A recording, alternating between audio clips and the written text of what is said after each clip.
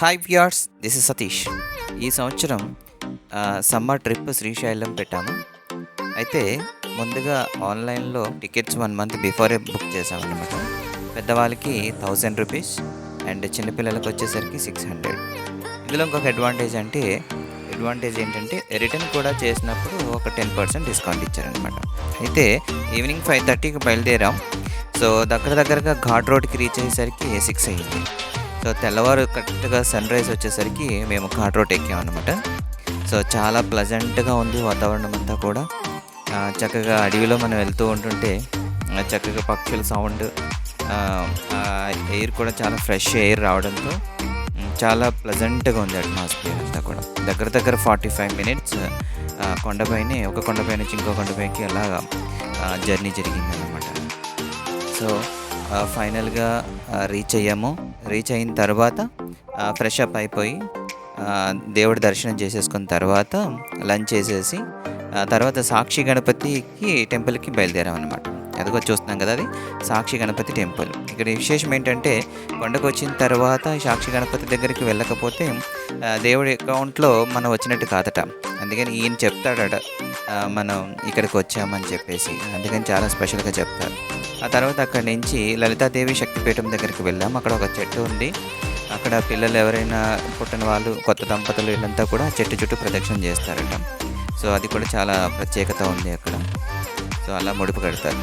ఈ లోపల మా చేతిలో ఉన్న ఒక మామిడికాయని కోతి లాక్కుంది. సో అది ఎప్పుడు కామన్‌గా జరిగేదే కదా, అలాగా. ఇంకో అక్కడి నుంచి శ్రీశైలంలో ఉన్న లలితాదేవి శక్తిపీఠం అన్నమాట. అక్కడ సుబ్రహ్మణ్య స్వామి టెంపుల్. ఆ తర్వాత లోపలికి వెళ్తే ఈ రాతి పలక మీద శ్రీయంత్రం చెక్కి ఉంది. చాలా స్పెషల్‌గా ఉందన్నమాట. సో అక్కడి నుంచి మేము పాలధార, పంచదారకి ట్రావెల్ చేసాం. ఇదంతా కూడా ఆటోలోనే. అక్కడ పాలధార, పంచదారకి ఈ ఆటో మొత్తం టోటల్గా మేము ₹1000 బుక్ చేసుకున్నాం అనమాట. సో వాడు తీసుకెళ్ళి తిప్పేశాడు ఇదంతా కూడా. సో ఇది కూడా చాలా డెప్త్ ఉంది చూడడానికి కిందకి. అయినా సరే నడిచాము. సో పర్వాలేదు. ఇది కూడా కొంచెం పెద్దవాళ్ళు కూడా నడవచ్చు, ఎందుకంటే పట్టుకోవడానికి పక్కన సపోర్ట్ అది ఉంది. అది పట్టుకొని నడుచుకుంటూ వెళ్ళిపోయాం. రైట్ సైడ్ అంతా కూడా షాపింగ్ ఉందన్నమాట. అక్కడ మనకి తెలియనివి కొన్ని ఉన్నాయి, అన్ని వస్తువులు కొనుక్కోవచ్చు. అదిగో చూస్తున్నారు కదా, అది అడవి ఉడత అన్నమాట. మాకు కనిపించింది అదొకటే. సో ఇగో పాలధార, పంచదార. అంటే 5 దారాలు అన్నమాట అది. అక్కడ వాటర్ అయితే చాలా ప్యూర్గా ఉంది.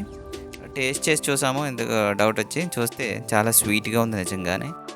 సో తాగొచ్చు అన్నంతగా ఉందన్నమాట. చాలా ప్యూరిఫైడ్గా, చాలా ఫ్రెష్ వాటర్ వస్తుంది అన్నమాట అది. సో మేమంతా కూడా దాంట్లో అంటే మునిగే అంత వాటర్ రావట్లేదు, కానీ ఒక దారిలాగా వస్తున్నాయి అన్నమాట. అక్కడ అన్ని వాటర్ కూడా 2 పార్ట్స్లో వస్తుంది.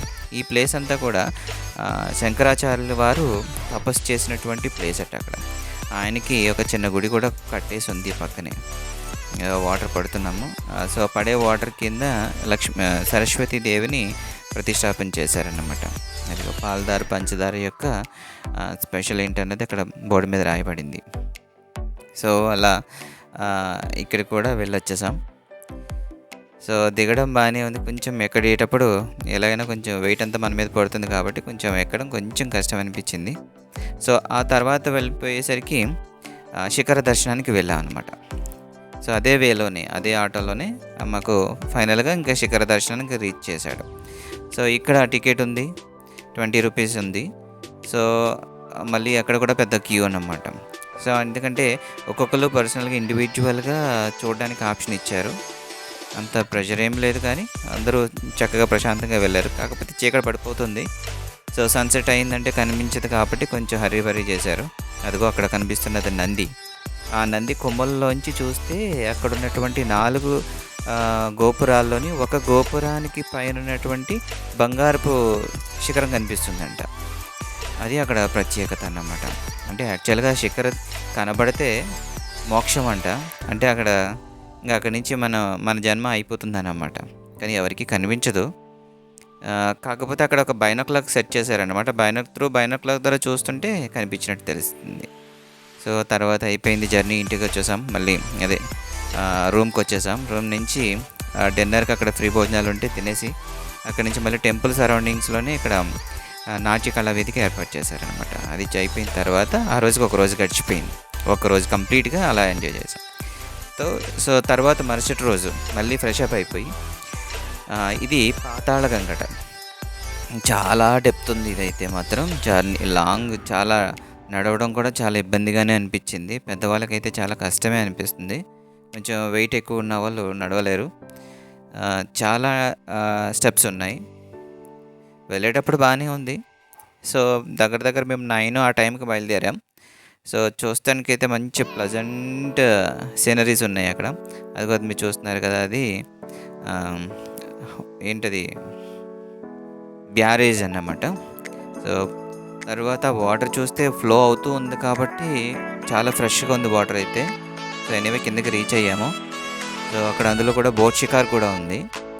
అయితే దీంట్లో ఇక్కడ ఒక అడ్వాంటేజ్ కూడా ఉందన్నమాట. ఒకవేళ పెద్దవాళ్ళు ఎవరైనా దిగలేకపోతే ఆటో ఫెసిలిటీ ఉంది. వేరే వే ఇచ్చాడు, కానీ ఆ రోడ్డు చాలా బాలేదు. అంటే కంప్లీట్ ప్లెయిన్ రోడ్ లేదన్నమాట. సో ఆటో అటు ఇటు అవుతూ ఉందన్నమాట. కొంచెం ఇబ్బందికరంగానే ఉంది. సో బట్ ఎనీవే నడుచుకుంటూ కిందకి వెళ్ళిపోయాం. శుభ్రంగా ఒక 1.5 అవర్ 2 అవర్స్ వరకు వాటర్లోనే స్పెండ్ చేసాం. అలాగా చాలా ఫ్రెష్గా ఉంది వాటర్ అయితే. సో అలా పిల్లలు కూడా చాలాసేపు వాటర్లో బాగా స్విమ్మింగ్ చేశారు. సో ప్రొటెక్షన్ ఉంది, చుట్టూరా ఫెన్సింగ్ వేసేసారు.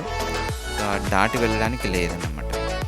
సో అక్కడే బోట్ షికార్ చేయాలనుకుంటే టికెట్ పెట్టాడు. మళ్ళీ ఆ టికెట్ తీసుకొని మనం బోట్ షికార్ చేయొచ్చు. సో బట్ రిటర్న్ అయ్యేసరికి మాత్రం పైకి ఎక్కడం అనేది ఇంపాసిబుల్ అనిపించింది. టెంపరేచర్ పెరిగిపోయింది. ఒక పక్క నుంచి పిల్లలు కూడా భయపడ్డారు ఎక్కడానికి కొంచెం.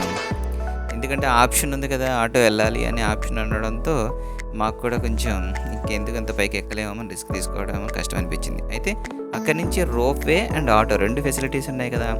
రోప్ వే వచ్చి 60 రూపీసే, ఆటో అయితే మాత్రం 100 రూపీస్ అన్నమాట.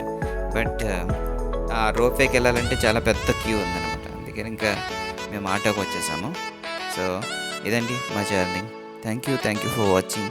Please do subscribe and comment. Thank you very much.